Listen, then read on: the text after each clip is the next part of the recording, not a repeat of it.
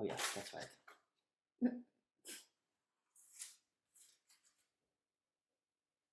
you like it? Do you like my hat? Beautiful. Yeah, I thought so. I didn't wear it the entire episode.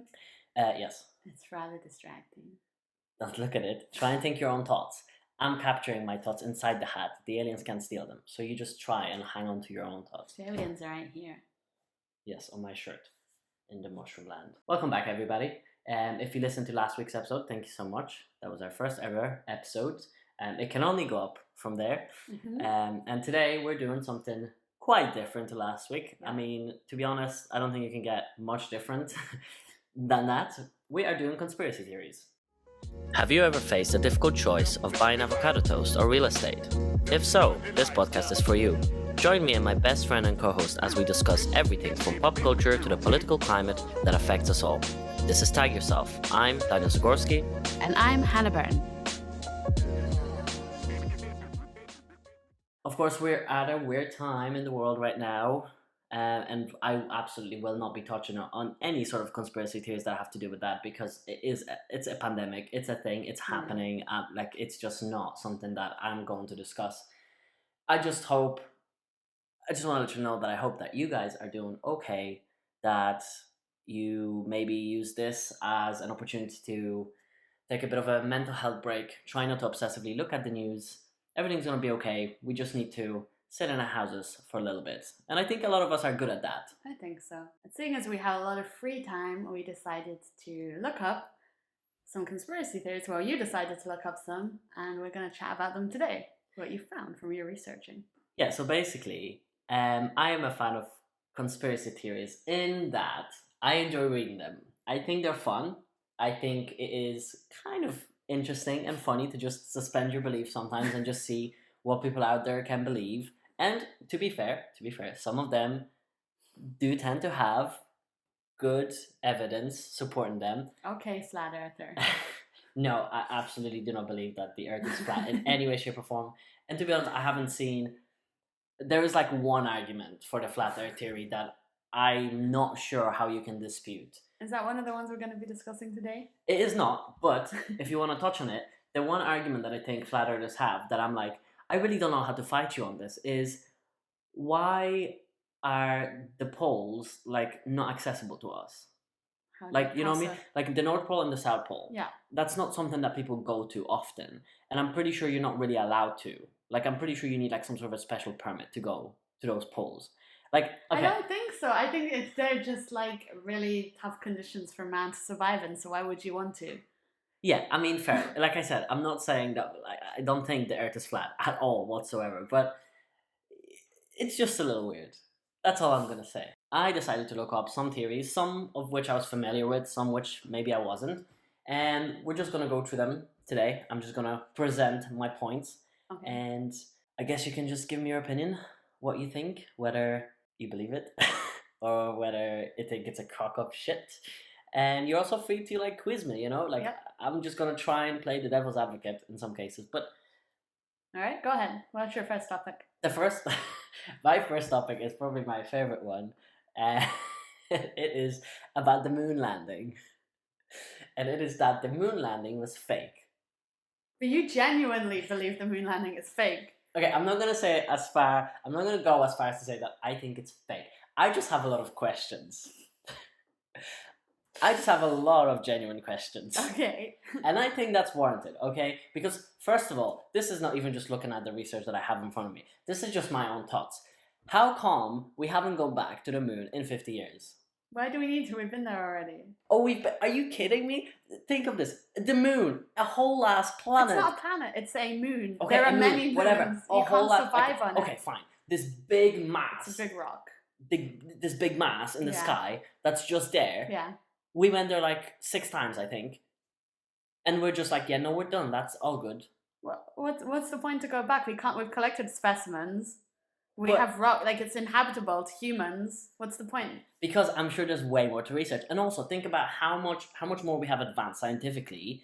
Surely, whatever we have taken, There's so many more things that we can get. Not really. The moon is rock. There's no water on there. Like, you should explore other planets to see if you can inhabit them. Like Mars. Like, that might be a more humane planet for us to move to. Okay, if we destroy Earth. Well, but like it's NASA. They're supposed to explore space. I just do not understand why in 50 years we wouldn't have gone back even once. It's not safe, really, sending people to space. Like, it's not like the best thing to do. Like, I wouldn't volunteer to go up to the moon again. Yeah, but I know it's not safe, but that's the whole point.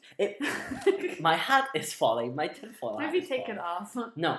Even the hat's trying to get away from you. Moving on from that, yeah. Let me just... Give me some actual I'm going to just give you points. some things here, right, that I found. Right. So, this was an article written by this man, Jack D. White. There was 7 Apollo missions that landed on the moon, and only 6 of them were successful. Okay. Pretty good success rate. Okay, again, I'm not a scientist, astronaut, so I don't know, but I'm pretty sure how it worked was they had this main ship thing that went up, and then when they were getting closer to the moon, they would like detach this part called the Lunar Excursion Module. Okay, that I guess Buzz Aldrin, Neil Armstrong, and I think there was another guy, went into and landed on the moon. Yeah. Now, if you actually look up the Lunar Excursion Module, it is laughable. Like, it genuinely looks like something that Kuba, my 10-year-old brother, made out of tinfoil. It genuinely, like, I'm pretty sure I showed you the photo. Yeah, but you do realize it was the 60s. Like, that's what they had to work with. But you're telling me... It's not 2020, man. You're telling me that thing that genuinely looks like has tinfoil wrapped around, I'm pretty sure it actually was tinfoil, landed on the moon.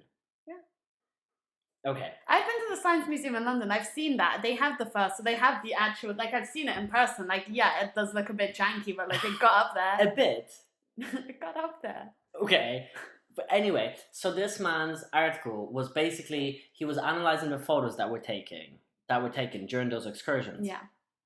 So he kind of just sets up the scene because he talks about how, you know, all of those 6 missions, they weren't, oh, this is a mission to go take photos. They had certain things that they had to do. Yeah. They had a number of pre-planned scientific research tasks that they had to do. Exactly. But basically what that means, right, this is the setup. That means you have stuff that you have to do, which is going to take up the most of your time. Yeah. And not only that, once you land, you first have to do the checks on your Lunar Excursion Module, make sure no damage has happened to it. You have to then take that rover thing and assemble it, which obviously takes time. And then you've got all these other things that you have to do. So the astronauts, they all had a camera. And he said that it was a square format, specially built Hasselblad. That camera was mounted on a chest plate for them. And they had to actually manually operate it. The cameras had no viewfinder, so there was no way for them to tell what they're taking pictures of. So they can only basically just guess, oh, I think this will be a good shot.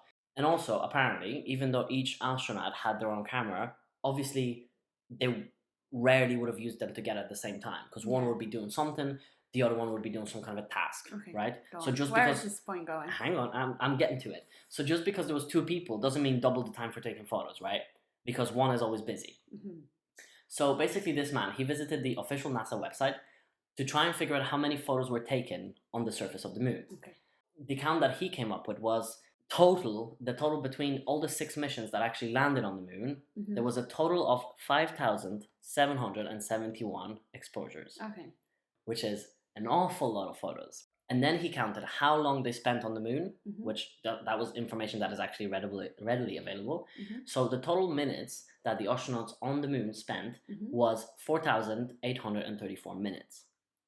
Now, so if you do the maths, that means that they would have had to take 1.19 photos every single minute, regardless of any other activities. He lists everything that they would have had to do. And I'm only going to read you one of them because I'm not going to sit here and read this for ages. But Apollo 11, right? Yeah. So they would have had to inspect the lunar module for damage. They had to deploy the flag, unpack and deploy radio and television equipment, operate the TV camera, establish contact with Earth, unpack and deploy numerous experiment packages, find, document and collect 47.7 pounds of lunar rock samples, which is a lot. Yeah.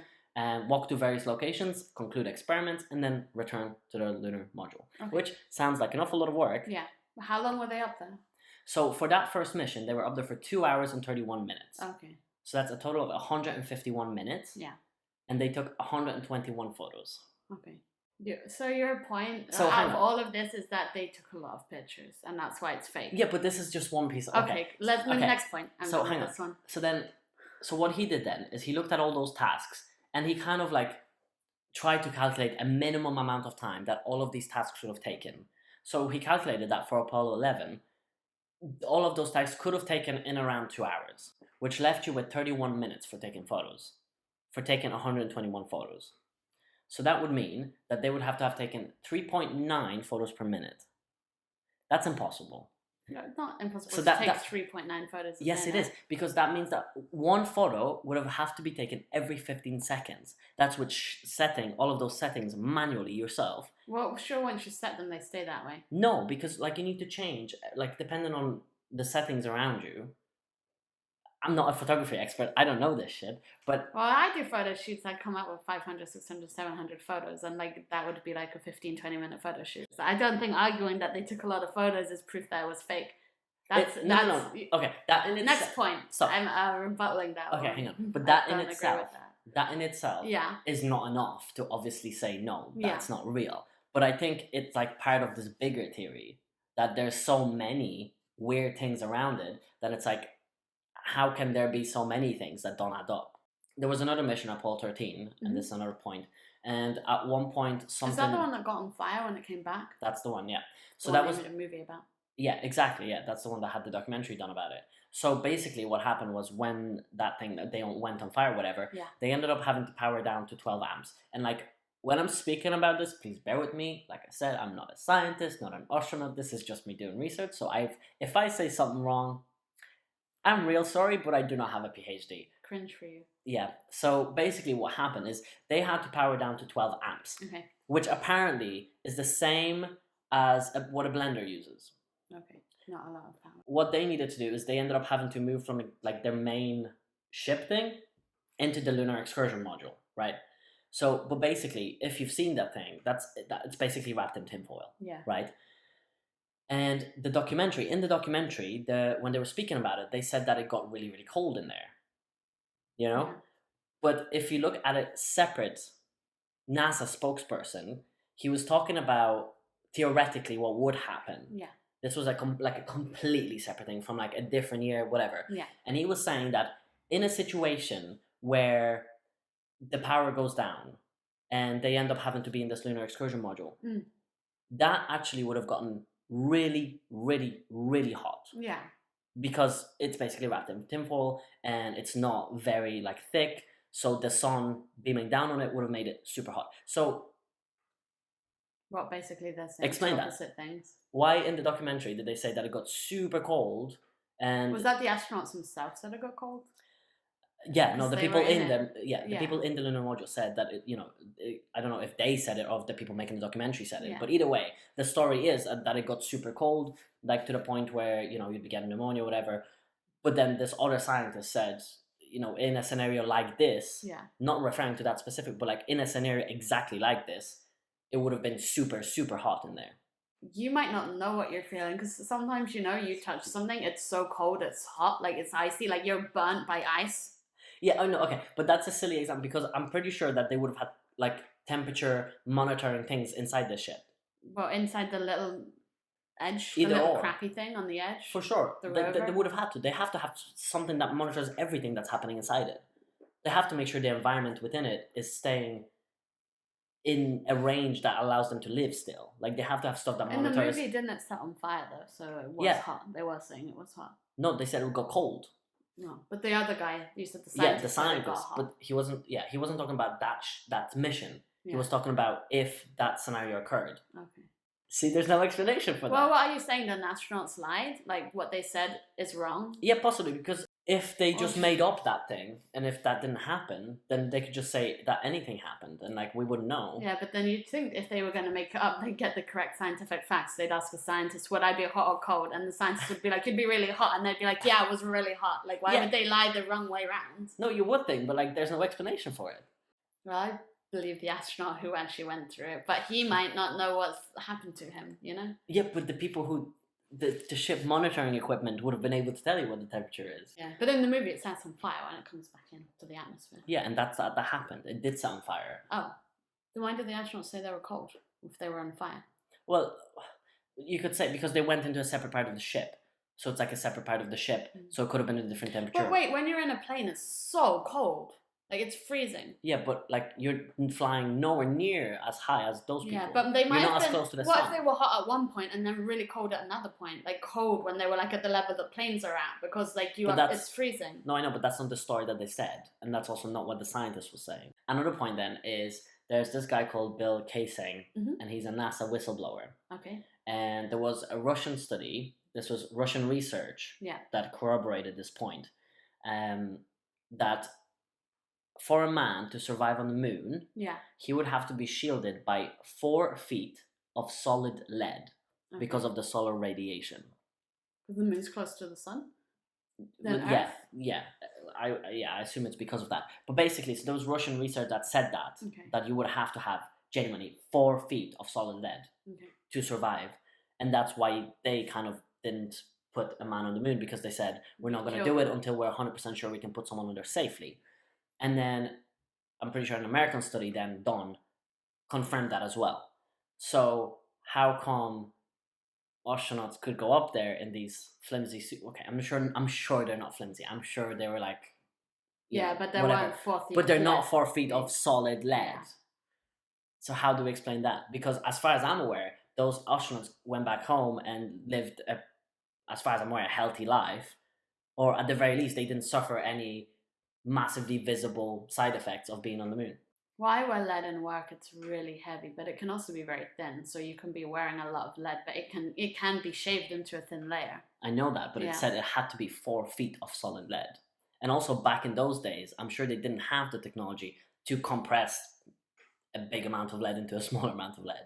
Or if they might have, but it's still probably not going to be enough to withstand that solar radiation. Yeah. Do you think maybe they went to the moon but they stayed in the rocket ship, and the bit of them standing on the moon, that's just fake, like dramatization to like show the world something? Because it wouldn't be exciting to just see a rocket land on the moon. I think it's possible. See, the thing is, I'm not saying that the entire moon landing thing is fake. What I think is that it's not quite as they're telling you that it happened. Like, I don't know if maybe it happened and they didn't get footage, and then they just made footage to make it a thing. I don't know if maybe they landed and then... Because, like, realistically, we don't know. Like, they could have done any amount of secret missions that nobody knew about. Yeah. Like, they might have put a man on space and he died. Yeah. And then they were like, broadcast that. We can't do that. Someone. Exactly. Yeah. So they were like, we're not going to broadcast that. Cover that up. It never happened. Yeah. And then they're like, well... Because also you have to remember the context. Didn't they send animals out into space and they died? Like dogs and monkeys and stuff? Like Russia sent animals out first. They sent them up into space, but not onto the moon. Yeah. Like in a rocket. I can't remember if they died or survived. I think some died and some survived. I don't remember because I didn't look into that. But you have to also remember the context in which the moon landing happened, which was during the Cold War. And there was this whole space race between primarily Russia and the US. And obviously America, being America, was just hungry to assert their economic and, I don't know, I guess scientific dominance, power, to try and be like, no, we can do this. The Russians say they can't do it, we can do it. So what is a better way to do it than fake a moon landing? The thing is, you do it, and then what? Like... Yeah, the Russia can't help you if you already put a man on the moon. Yeah, you landed on the moon, and then you could literally just go... I'm done. We're landing on the moon. What else can we do? We won. So why was the footage filmed over it? Apparently this is like a policy in NASA that you can film over stuff if you need like a new tape or whatever. But it's the moon landing. Yeah. Why would you tape over those tapes? Yeah. There's no explanation for that one. I don't think you can even argue against that. No, I don't understand. It doesn't make any sense. That just sounds fake. Okay, and then... I think we should go on to another topic because we've spent the entire half of a podcast talking about the moon landing. You still believe the moon landing? Yeah, I do. Okay. I just have questions that I would like NASA to answer. But anyway. I don't think they're going to get back to you looking like that. I'm sure they won't. But the other one is not even a conspiracy theory, I think. It's just a thought that I always have. And I'm pretty sure it's true. And you probably agree. It's that women's clothing is made from cheaper materials. Yeah, I think that's definitely true. I don't know. Women's clothes are usually cheaper than men's to buy. Like, say, if you're buying a hoodie or a sweater in a shop, women's is always cheaper. But especially women's underwear, like it just falls apart, and socks, these fall apart. I don't know, because I always buy mine from kind of cheap places anyway, so I wouldn't know, like maybe if you buy them from better stores, they're better quality. Yeah, but here's the thing, like we've lived together for a while, and like I've bought some underwear from the same store as you, Yeah, and they would have lasted me way that's longer than true. yours. Like That's yours true. just fall apart Yeah, almost instantly yeah, within the first one or two washes. yeah, that's true. And then if you like look at women's shirts and like compare them to like even this within the same store, if you compare the material of a woman's shirt to like a man's shirt, Yeah, the men's shirts tend to be thicker, yeah, better quality. yeah, and then the women's ones are very thin and they tear. And I don't know if this is different when it depends on the country. I haven't gone into a Walmart in America and checked, but in Girl. Ireland, I've definitely girl, found. I'll be buying my clothes from a Walmart. No, but I'm just saying, like if like we're looking at like the cheap stores because like Yeah. I'm sure like the expensive brands like Louis Vuitton and like all those other ones, They're not gonna fall apart. they're not gonna be I hope not if they cost discriminating. that Yeah, amount of money. but I think the cheaper brands would do it. Yeah. Okay, so that was just my small little point. Another one that again I didn't really look deep into just because I really didn't want to and I couldn't be bothered, and I don't think many people care because it's about Poland. But I didn't want to mention it because Okay. it was like a big thing that happened in Poland for a while, and Yeah. honestly, I didn't see enough international media talk about it. There was a you probably don't even know about it. I might have mentioned it to you, I but you think I probably might know don't what remember. you're gonna talk about. There was a plane crash that happened. Politicians. Yeah, and it was quite a while ago. It was like a while ago, like I don't know, 2011 maybe. Okay. Like it was a while ago, and I think there was like something like 90 something people died, including the crew. It was maybe just over 100. I can't remember the exact numbers, but the majority of those people were politicians, and one of them was the president. Of Poland? Yeah. Yeah. So, and there was a conspiracy theory around it that there was Russian involvement when it came to that. Mm. And what I read when I was kind of looking into this very briefly recently was that the prime minister at the time had okay relations with Russia. Wait, Prime Minister or President? You said two Prime different Minister. things. And he wasn't on the plane? No, he wasn't on the plane. Okay. The prime minister seemed to have an okay relationship with Russia. Yeah. And there was some sort of a commemoration, celebration of some sort of a battle, whatever that was happening. And the prime minister had gone over because he was invited. Okay. But the president wasn't invited. Okay. But he decided he was going to go anyway, and he was on that plane for that Okay. reason. He was heading over, I think it was to Moscow, Yeah. to celebrate it, and that's when the plane crashed. And the president did not have good relationship with Russia. Okay. So I don't know. I just thought it was weird. I don't think anything ever came of it. I'm not sure. I don't think they confirmed there was any foul play, but it was just really, really sketchy. That is strange. And a lot of other politicians that were not in good relationship with Russia were on that plane. I mean, I've no idea, to be honest. Yeah. But like, the thing is, one thing that's kind of annoying is like that happened, and like I would say 99% of the world doesn't know outside of Poland. Yeah. Whereas imagine if something like that happened to President in America. Trump, if he Yeah. was on the plane Yeah. and that crashed, with like along with 90 other Republican politicians Yeah, in and America, like you senators. would not stop Yeah. hearing about it. And same if it was Boris Johnson Yeah. with his cabinet, like Yeah. just the Western world is very focused on themselves a lot of the time. And that's not a conspiracy, that's a fact. The other point that I had, Yeah. this one I could probably talk for days about, is the establishment media and politicians Yeah. blocking Sanders from winning the nomination. You think this is a conspiracy theory? I don't even think it's a conspiracy theory. No, I you think it's just a true. fact. You I just think it's a true. fact. But I'm going to say it's a conspiracy theory because a lot of people would disagree with me. I'm pretty sure the nomination was stolen from him in 2016. I'm pretty sure it's being stolen currently as well. If you look at the establishment media, I think well, actually, I don't even think, this is a proven fact, that he receives negative coverage even when he wins primaries. Yeah. So there is a concerted effort in America to hide what his message actually is. Like you could see that from recently when he was talking about Fidel Castro, and he said about his regime that one good thing that they did was they improved the education system. Yeah. But Obama said the exact same thing and even praised Castro more, yet nobody held that against Obama. Exactly. They all took it out on Bernie. And the day after he said that, there was copious articles saying that Bernie Sanders was praising Castro and his regime, which is like Not true at all. absolutely not the thing. Like, No, I'm it just is trying- ridiculous. No, I agree with you on that, and I don't think that's a conspiracy theory. I think it's straight up truth. in 2016 with the DMC completely like robbed that election from him.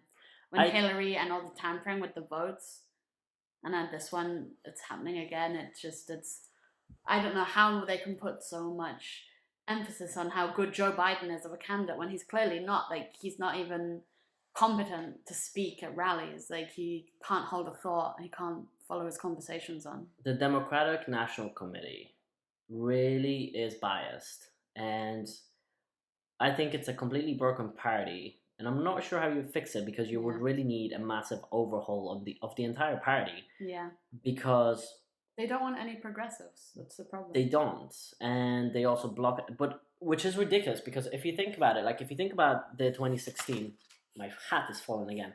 If you think about the 2016 election, where Hillary Clinton started in terms of her stance on things, Yeah. and where she ended, she really ended up moving So much more. much further Yeah. left, because Bernie Sanders pushed her there. Yeah, she radicalized her ideas because that's the direction he was going. And also because she recognized that a lot of young people and a lot of people who supported Sanders Yeah. wanted that. So if she wanted their support, she had to move left. And it's not that she genuinely believed those ideas, Yeah. and I don't have a doubt in my mind that she doesn't. No. But it was because she wanted those votes. Now, she didn't win, because we all know that Clinton is not a popular candidate. She's not liked. But Take that down, Hannah.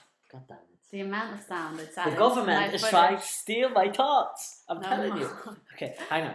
Okay, this is enough talk about Bernie Sanders and politics. No, I Back to barely conspiracy started. theories. Hang on. I know, but we can have an entire podcast on You're not gonna let me. politics. I will. I'll enjoy talking about Okay, I politics. just want to say one more thing though. One more point only about politics, and then back to conspiracy theories. Okay, fine. Okay. So it is just really incredible to me that the Democratic National Party really would rather see another 4 years of Trump than have a progressive candidate. Because realistically, what is going to happen is Joe Biden is going to become the nominee, Yeah. and then when he's up against Trump, Trump is going to throw everything at him, everything in the kitchen sink, and he's going to say Joe is senile, Joe wants to cut Social Security, even though Trump wants to do the same, but like it doesn't matter because Trump lies, and he's just going to slander him, and he's going to show Joe for who he really is, an old man who really has no place in politics anymore.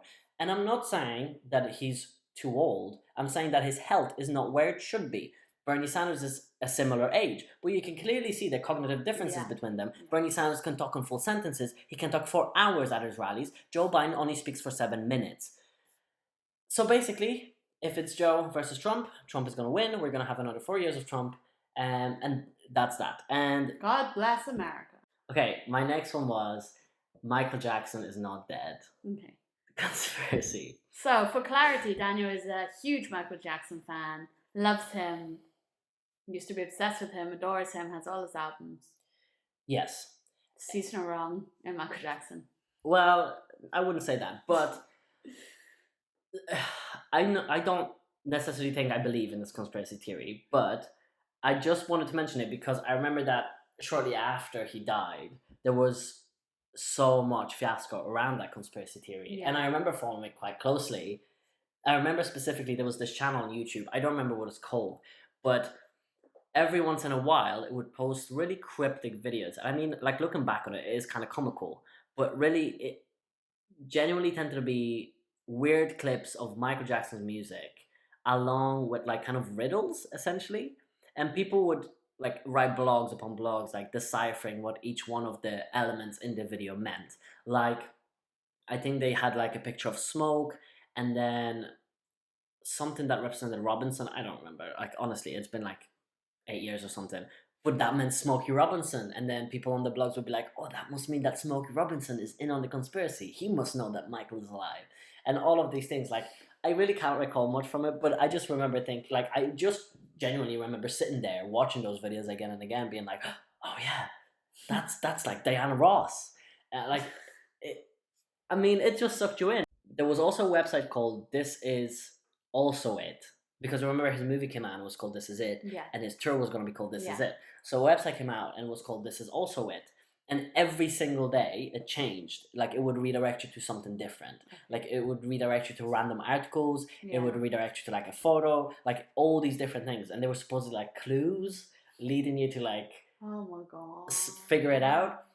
And then there was another thing where at the memorial that happened in Yeah. Los Angeles for Michael, His brother Jermaine Jackson, Yeah. he sang one of Michael's favorite songs, Yeah. and it was called Smile. Yeah. And he switched up the lyrics, and then the fans were like, he's given us a sign. That must mean that Michael's alive, because the lyrics go, it is, I think, light up your face with gladness, hide every trace of sadness.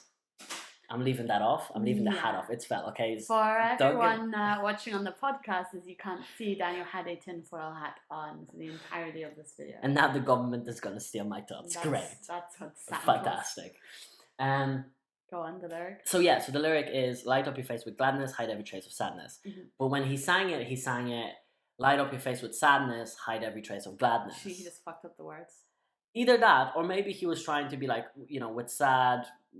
I don't know. I don't have an explanation. Maybe he just messed up the lyrics. But basically the fans went crazy because they were like, oh my god, that must mean he's alive. Like, we're secretly happy because he's actually alive. And like, there was this whole thing that like, oh, in like a year's time, he's going to be at a concert, and like, it's going to be a tribute concert. He's going to come out of a coffin during Thriller, and like, it's going to be... Oh god.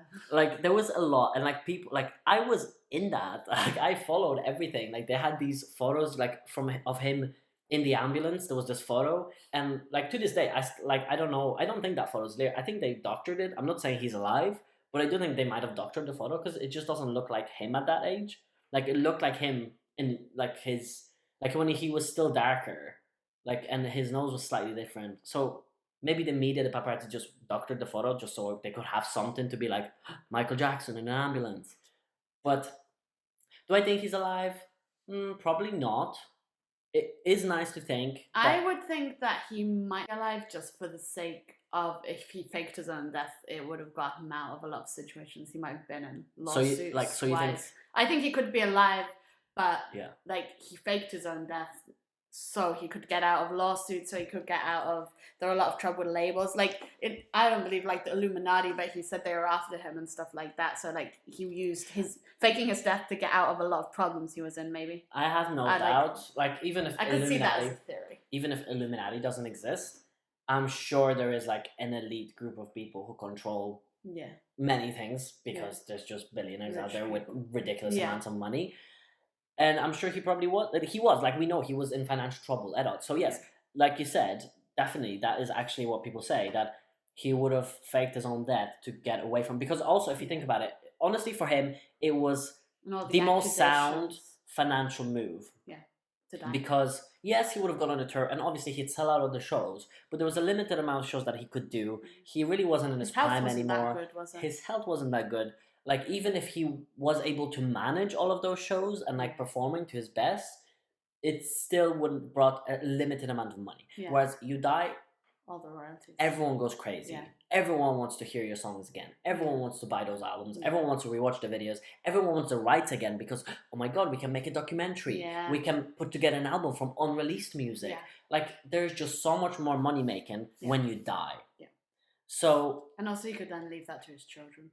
Exactly. Like, he could be out of the limelight, he'd be dead, he'd be gone. Yeah. He'd live his life on an island in the middle of nowhere if he wanted to. Any more conspiracies?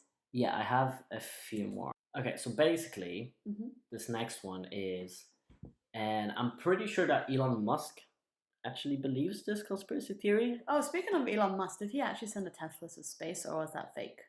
Okay, so it says here, Elon Musk sent $100,000 Tesla Roadster to space a year ago. It has now traveled farther than any other car in history. In February of 2018, Elon Musk launched his $100,000 Tesla Roadster into space on the SpaceX Falcon Heavy rocket. It do be like that sometimes. I mean, realistically, Elon Musk is literally just a meme guy with a lot of money. What is Elon Musk? Like, how is he even a real human? He's fantastic. I love him.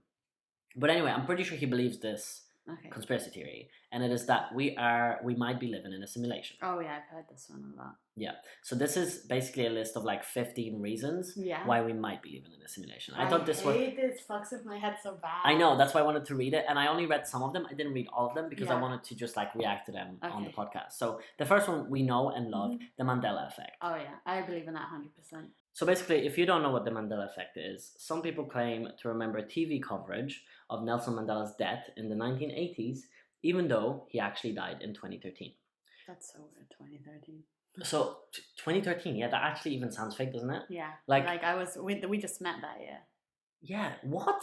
That's- And I've told you this before. I've told you this in the Yeah. past that I was 1000% convinced. Yeah. Like, I was never someone that followed Nelson Mandela Yeah. closely because, like, why would I? But in my head, he was thought dead. He was dead. Yeah, I thought he died as well. So then when I learned about the Mandela effect, I was like, what? Yeah, what do you mean he's still In the alive? 1980s? Yeah. That's when he should have died. Yeah. Well, not when he should. That's bad. But like that's when we thought that's he was when dead. it, yeah. 2013. That doesn't make any sense to me. That is And I saw he also died in prison. yeah. Like that was what my brain was like. Yeah, Nelson That's what Mandela. happened. Yeah, he died in the past in prison. But no, There's a lot of examples of that. The Mandela effect, isn't it? Like that actress who said at the award show, "You like me, you really like me," and that's not what she says at all. Yeah. But that's how everyone remembers. The thing that messes me up the most is what's the one with the 7 dwarfs? Snow White. Snow White. So when Snow White, mirror, mirror on the wall. She says mirror, mirror on the wall, which is everywhere. Like you hear that everywhere. Everyone says it. Mirror, mirror on the wall. That's what people say. Who's the That's fairest the thing. of them all? That's the thing that they say in the movie. No, it's not. What is it? It's magic mirror on the wall, which doesn't make any sense. That's not what's in the movie. Mirror. No, anytime it's you mirror, quote mirror. that, it's mirror, mirror on the wall. Why would it be? Why would everyone say that when it's magic mirror? Yeah. And same with in Star Wars. It's not like Luke, I am your father. It's something different. Yeah, he says something like, "No, I am your father." No, like I am your father. He's Yeah. like, what do you mean? Why is it on merch? Why is it on everything? Why does everyone say, Luke, I am your father? What do you mean it's no, I am your father? Who wrote that script? That's not... Yeah. It just messes me up. So basically, yeah. So that's one reason why people believe that we're living in a simulation. It's like a glitch. Like we definitely all saw it one way and then like something just reality went wrong. Glitched and it's like we got shifted to another simulation or something. It happened this way actually. It makes no sense. That is strange. So this second point says missing aliens. Okay. So this says we've spent billions sending probes through outer space and should probably have found evidence of extraterrestrials by now, right? Not so fast. Aliens would likely be far more technologically advanced than we are. The thinking goes, so the fact that we haven't located them suggests we live in a simulation they've figured out how to escape from. Or maybe the computer we're in only has enough RAM to simulate one planetary civilization at a time. Maybe. That's sad. But that is like, why haven't we found any sign of life? Yeah. Like, there is no way that we are the pinnacle of intelligence in this world, in this universe. Absolutely not. There's no way. Do you see some of the people walking the streets? Absolutely, there's no way. They're the highest of the evolutionary chain. We're not the most intelligent species to exist. There's no way. So yeah, that's. And also, like, if you guys haven't seen already on Netflix, you should check out Bandersnatch, the Black Mirror episode. It's like an entire episode, but like that really messes with my head. It's so very meta. It's like a simulation within a simulation. Like you are the one controlling him, but that makes you think like, is your life controlled by someone else? Like it really messes with your head. It's really weird, and it's like you can make your own choices, which is also like really interesting. It'd be really great to see more movies and stuff come out like that. Video games like that as well are very interesting. And also there was an episode where they simulate people's relationships. You remember that one? I don't remember what it's called, but like you meet someone and then you have this whole relationship with them. Oh yeah. And then at the end, the one where there's a timer on it. Yeah, the one where they're like, no, we want to... It'll last 4 months, it'll last 10 years. Yeah, and they're like, no, we want to spend the rest of our lives together. And then they like try to escape and it's like this simulation. And then the end it's like, oh, you're a 99% match. Yeah.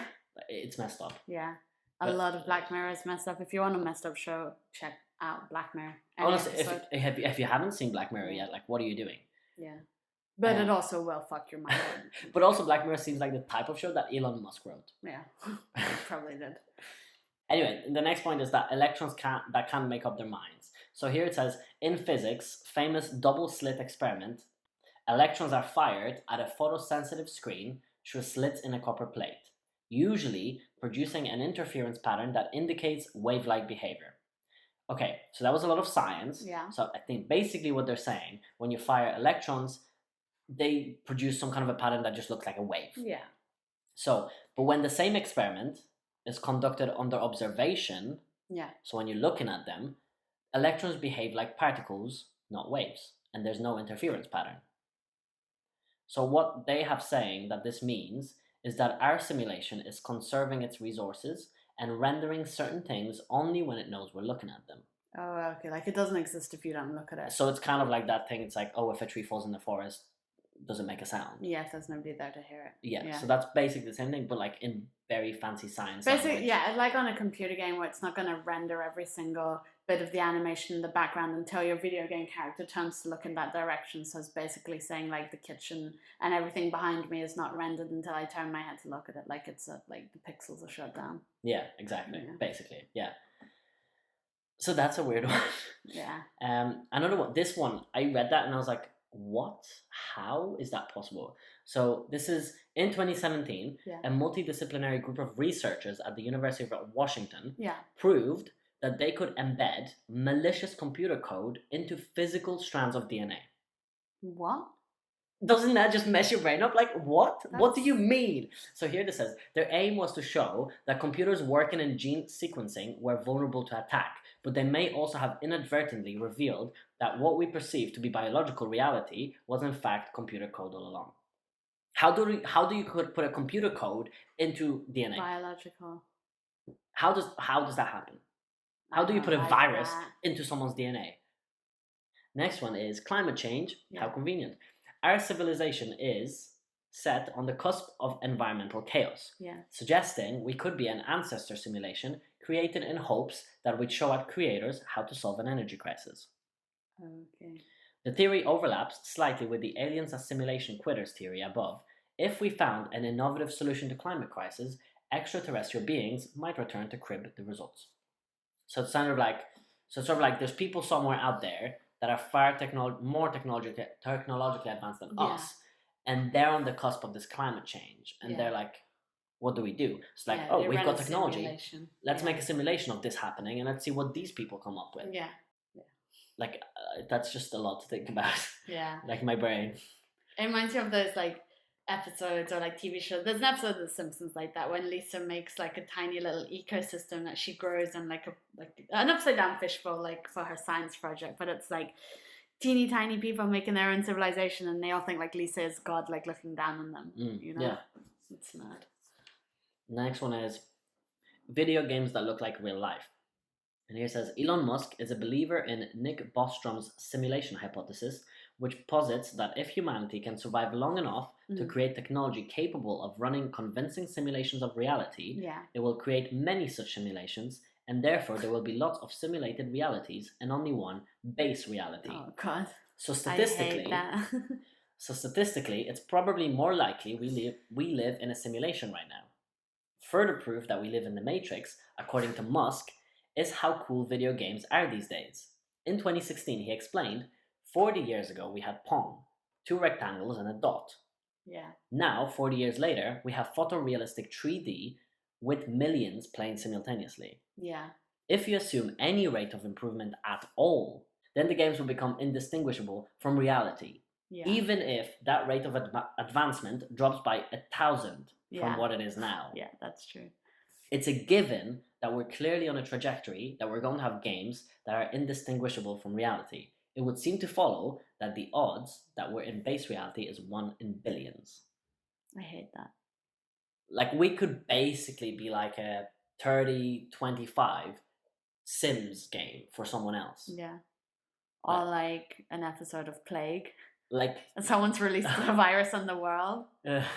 True, but also like just weird, like because you play Sims, right? And that Yeah. just messes me up. Yeah. Like especially the newer Sims that they've made, like Yeah. Sims 4. Yeah. When they came out with that, and they were like, you know what? You no longer have to tell your Sims what to do all the time. They'll just do stuff. Yeah, and you can based on their watch. likes and dislikes. Yeah. That's basically humanity. Yeah, I know. It's so, but also like how good virtual reality is now. Like you put on a VR headset, like you feel like you're in a different world. Like it's absolutely mad. Yeah, and like that's the thing. Like say in another 100 years' time, what are games gonna look like then? And again with that episode of Black Mirror where he is playing the horror game, that Yeah. he thinks he doesn't know how to get out of it. He doesn't realize he's in a game. Like those things are terrifying. Yeah, but also like even when we were in Los Angeles, we went to Oh yeah, the Void. this place called The Void, which is basically like 4D or even 5D 4D, gaming. 5D, whatever you call those places, where you put on this helmet, put on like a vest, and you physically move through a space that's designed to match the game that's happening in your headset or whatever. Yeah. So you're basically living the game. Like you're moving through the game, you're in there, you see the game, like everything is there. Yeah. So that's already there. Yeah. That technology is there. So like like this the point just blows my mind. Like it messes my brain, and I just can't. Like I can't think about it too long because it just stresses me out. Like again, if you like, I think Sims is literally the best example for it, because if you think about it, that literally is a computer simulation. Yeah. And they are basically humans living their life within like their limited universe. Yeah. Life is basically a more advanced Sims game. Yeah. I can't. But who's controlling it? Who's making these things happen? I don't know. Like this. Like when we set the popcorn on fire, was that like our creator being like, "Oh no, I forgot to tell my Sim to turn off the oven." Yeah. Now the house is on fire, and then comes the Grim Reaper if we're not quick enough. Yeah. Oh god. Anyway, we're gonna move on from that one because it messes me up. So anyway, this is the next irrefutable reason why we're living in a simulation. You know what? I think we'd live in a simulation because The Simpsons predicts everything that happened. The Simpsons predicted Tom Hanks getting sick, and that would be after Trump, like that would be the sort of thing that, like, if you're playing a game, you're like, let's make a TV show that predicts everything. But it's like this stupid cartoon TV show that, like, so nobody's gonna believe it. No one even, like, no one's gonna give it a thought. Like, no one's gonna take it seriously as like a predictor of things. But like, it's just gonna predict everything. 9/11, Trump, like everything. That's a conspiracy theory. The Simpsons alone. How did they predict these things? How could they know? Because we're in a simulation. I need my hat. Next one, okay? Yeah. Some have proposed that recent unlikelihoods, including Donald Trump's election, Brexit, the 2017 Oscars envelope mix-up, and that year's 25-point Super Bowl comeback could mean we're in a malfunctioning simulation. Yeah. Or whoever's pushing the buttons is screwing with us. Yeah, I believe that. Which, honestly, like, yeah. I mean, have you seen 2020 so far? Honestly, you're like, what's going on? Like, if you're... this is... What happens is, literally, some teenage girl is playing the game, and it's all good, and then her younger asshole brother comes when she's away from the computer and messes everything up. He's like, this game is too boring. Let me start World War III. Chaos. Put some bushfires, release a virus into the world, and now let's see what happens. Yeah. Yeah, yeah. Whereas, meanwhile, that teenage girl was playing well. She was like, I'm going to make this progressive candidate for the US, Bernie Sanders... How did you run it back around to politics again? I can always bring it back to Bernie Sanders. So, seemingly not crazy theoretical physicist James Gates claims he has identified what appears to be actual computer code embedded in the equations of string theory that describe the fundamental particles of our universe. This is a lot of science. Okay, he says he found error correcting codes. They're what made web browsers work. So why were they in the equation? I was studying about quarks and electrons and supersymmetry. That is weird. This is a lot of maths and science, so I don't fully understand. But basically, he's saying like the core of the universe. Inside that, what makes the universe is computer coding. And how can that be? Equations of because computers are man-made. The universe is not made by man. Unless there's unless it's a simulation. Yeah. What is equations of string theory? Like string theory is like what they do on the Big Bang Theory. Like it's one of the most complicated. Super complicated. Like I don't know, but that is weird. Like how do you get computer code into equations, maths equations? It just doesn't make sense. Like if you're someone who's more mathematically minded than us, honestly, please feel free to like pop into my DMs and try and explain it to me. Yeah. I can't guarantee that I will understand, but I am interested. So the next one is, why does our universe have rules in the first place? So MIT cosmologist Max Tegmark has pointed to our universe's strict laws of physics as possible evidence that we live in a video game. And he says, if I were a character in a computer game, I would also discover eventually that the rules seemed completely rigid and mathematical. In this theory, the speed of light, the fastest rate at which any particle can travel, represents the speed limit for transmitting information within the network of our simulation. So basically what he's saying, if you were in a game, because it's code, everything is set in stone. Yeah. The rules are set in stone. So like your character, like say Dead by Daylight. Yeah. The characters in Dead by Daylight can only run at a particular speed and not any faster or any slower. So that's what he's saying. If we're not living in a simulation, then how come our universe has these strict laws? I'm sure there's a counter argument somewhere that you can say that's like, oh yeah, but these are not exact. But then it's like, are they not exact, or have we just not discovered the exact maybe things just happen. Like gravity, like because we're on Earth and there's a central core to the Earth, like everything's pulled to it, so everything falls down. No, I know, but that's the idea. Yeah. That all of that sets these rigids in place. Yeah. And it's also stable. How? Science? I think yeah. I don't know. And then the next one is it's not actually possible to prove we're not living in a simulation. And here it But it's says, not possible to prove we are either. well, here it says it may be easier to prove that we're living in a simulation than to prove we're not. Nuclear physicist Zohre Davodi believes that cosmic rays, the most energetic particles known to man, would appear as pixel-like chunks if we are within a simulation, and unending beams if we're in base reality. Meanwhile, NYU philosopher David Chalmers doubts it's possible to prove that we don't live in the Matrix. And he says, you're not going to get proof that we're not in a simulation because any evidence that we could get could be simulated. That's true.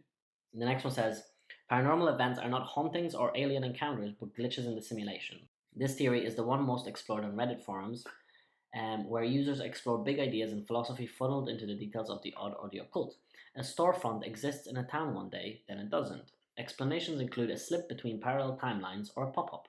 A car passenger sees the word render in the sky as if entering a new part of a video game. Elevators are a frequent setting for glitch stories. Oh yeah, The jump between floors seems to encourage a slip within dimensions. that would make sense. Because and also if we can't explain it in our universe, we call it supernatural. But it might not be supernatural. It might be simulation. And these A are some glitch. weird photos as well. Like, Let's have a look see. at these. These like two benches right beside each other. Exactly, but not exactly the same. The marks are different on them. But like, why? Yeah, who built them there? We're already good at making simulations, and we're getting even better. In 2014, the Harvard Smithsonian Center for Astrophysics connected 8,000 computers Wow. to create a 350 million light-year simulation of our universe. Whoa. And digitally aged it over 13 billion years. Wow. Hello? That's mad. Why haven't we heard of this? Yeah. That the Sims video game franchise has sold over 125 million copies in its first decade shows we're interested in playing with simulations too. Yeah. If and when a future version of humanity finds themselves with the ability to create more realistic simulations, it wouldn't be a surprise if they opted to use it. That is true. Like, if a game like that came out, like The Sims, like, people are crazy over The Sims. A new one comes out, and people are like, it's ridiculous because they evolve so but much. if you knew you were controlling real people. But how do you know The Sims 4 in The Sims 4, who have their own minds, don't feel things? That's creepy. I know. It's like not ethically right if it's. No, I know, people. but like that's the thing. Like in the future, who's to say that you would be like, oh, this is just a simulation? Like, how would you in your brain? Oh, these are all people with their own lives, their own feelings. Who's to say that The Sims 4 and The Sims and Sims 4 don't have all those Well, feelings? it's a game. You turn it off and they're not there. No, but that could be someone in 30, 25 saying the same thing. They're just a game. They're a simulation. It's like Wreck-It Ralph. But like, right? Like they could think the same thing. They'd be like, oh, it's harmless. It's just a simulation. It's just a game. I'm just doing a plague in the game. Like, who cares? It's just a simulation. Remember in 2015 when the world flipped out because we all looked at the same photo and some of us saw a blue dress while others saw a gold dress, or the Yanni/Laurel fiasco of 2018. There was also the less explosive blue, gold, white flip-flop debate of 2016. Say what you will about pitch and volume and color saturation, these controversies made one thing clear. Each of us lives in our own world. No, really. What we perceive as reality is in fact partly a simulation created by our brains, using our past experiences, to help us process the fragments of data that we're receiving. But there you go. This is the reasons why we are living in a simulation. Mad. So, nothing matters and life is meaningless. No, I'm just kidding. No, like, if we're living in a simulation, I would take that as a positive because it just means that anything is possible. No, like, really. Like, would you take it in a negative way? Yeah, because it just feels so pointless and meaningless if I'm not real. I'm just made up. Well, I don't think it's pointless. I think it just means that literally anything is a possibility. If it's a simulation, then what's stopping you from becoming widely successful? What's stopping you from doing literally anything that you want? Like, what's stopping you from becoming the best musician? What's stopping you from just deciding to start cooking and being the best chef, the next Gordon Ramsay? But then surely someone can just hack me and make me good at everything. Like put some cheat codes in and make me rich and famous. Well, yeah, but when you find a way to ask the creators... Maybe that's what manifestation is. Maybe. We're sending our signals out to the creator and being like... Yeah. It's like when in The Sims, there's like a cloud that appears above them and like shows like a thing. That's basically That's so. Like what's- when it's like a sim and it's like shows a pacifier, then you're like, oh, they want a baby. Yeah, let's make them woohoo. Yeah, Yeah. That's. I think think that's so. basically how it works. basically. Yeah. I'm sure we'll talk about manifestation a different time. Yeah, I'm sure we will. No, hang on. Just two last points, okay? And one, I don't have a lot of research on them, so it's just quick points. Okay. So one of the points is, modern art. Yeah. You know how we look at it and like it's pointless, Yeah, anyone what can is make that? it, whatever. Yeah. There's a conspiracy theory that it's basically just a tax evasion scheme, Okay, yeah, I could see that. right? Like Yeah, it's you so sell believable. it for millions of dollars, and Yeah. then someone else gets it, and it's like laundry. It's money like, oh yeah, laundry. no, I bought art. Like, But it's like that movie, Mickey Blue Eyes. You know, I barely remember that, but okay, yeah, I but just like- remember Hugh Grant looking cute. Yeah, the Italian mafia was selling really inappropriate, like disgusting paintings in the art house, like of like the guy of Jesus crucified with a machine gun, Right. and like no one would buy it, but then the guys would be in the audience and start bidding on it Right. because it was a money laundering, like through Yeah, the yeah. auction house. Yeah. So I could definitely see that. Oh yeah, no, easy. I'd say that. I'd say that's probably not even a conspiracy. Yeah, No, so I'd that's say that happens definitely a lot, like 'cause a art is- fact. Big fat money. Definitely. That and big pharma. Don't come for me, government. This is just a conspiracy theory. But yeah. Anyway, that's basically the bulk of it all. That was That some. was conspiracy theories with Daniel and Hannah. Yeah. Make sure you put on your tinfoil hats tonight, so the government can't steal your thoughts. And we're all living in a simulation, which means you can do anything you want, dream big, and we will see you again We will. next week. Thank you Next so week. much for listening. With another less crazy episode, I think. Yes. Yeah. It won't be about Bernie Sanders, I promise. But I do love him. Anyway, I'll see you next week. See Thank you for ya. listening. Thanks a lot. Bye.